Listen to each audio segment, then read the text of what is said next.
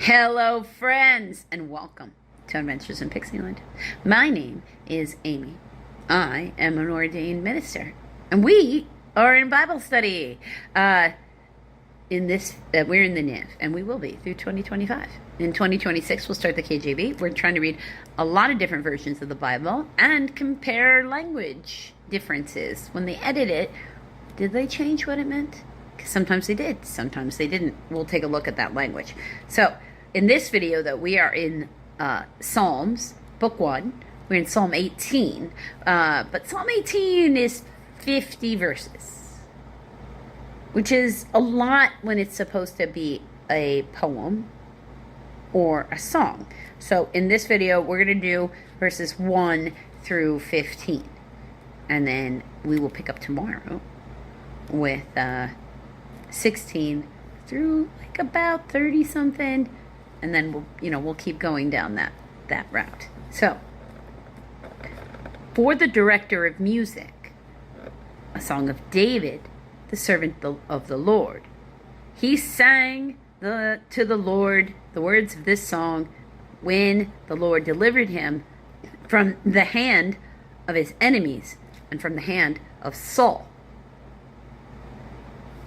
He said, now Saul was the king, first king, when Israel was all united.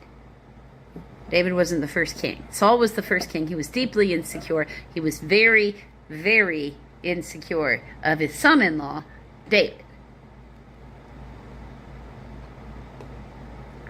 So he went, crazy.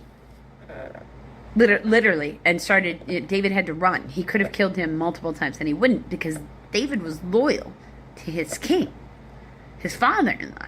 He had no desire to do anything to him. So this was he was on the run for years, hiding. Not really, not coming through sometimes there was battles, but not with Saul. Not where Saul was murdered. That kind of thing. He was trying to avoid those things. He spent more time running than fighting. He fought when he had to. And that's the important part there. Okay? So, verse 1. I love you, O Lord, my strength. The Lord is my rock, my fortress, and my deliverer. My God is my rock in whom I take refuge. He is my shield and the horn of my salvation, my stronghold. I call to the Lord who is worthy of praise, and I am saved from my enemies. The cords of death entangled me, the torrents of destruction overwhelmed me. The cords of the grave coiled around me. The snares of death confronted me. In my distress, I called to the Lord. I cried to my God for help. From his temple, he heard my voice. My cry came before him into his ears.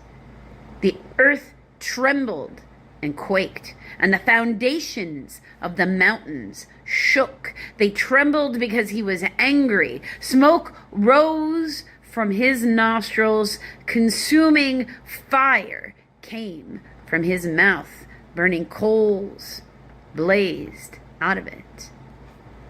Sounds like a volcano eruption. He parted the heavens and came down. Dark clouds were under his feet. He mounted the cherubim and flew. He soared on the wings of the wind. He made darkness his covering, his canopy around him, the dark rain clouds of the sky. Out of the brightness of his presence, clouds advanced with hailstones and bolts of lightning.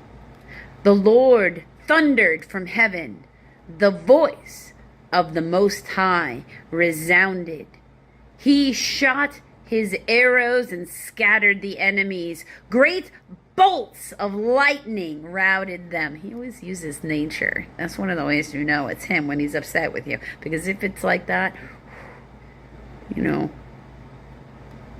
be afraid when lightning almost hits you. I would be. The valleys of the sea were exposed, and the foundations of the earth laid bare at your rebuke, O Lord, at the blast of the breath from your nostrils.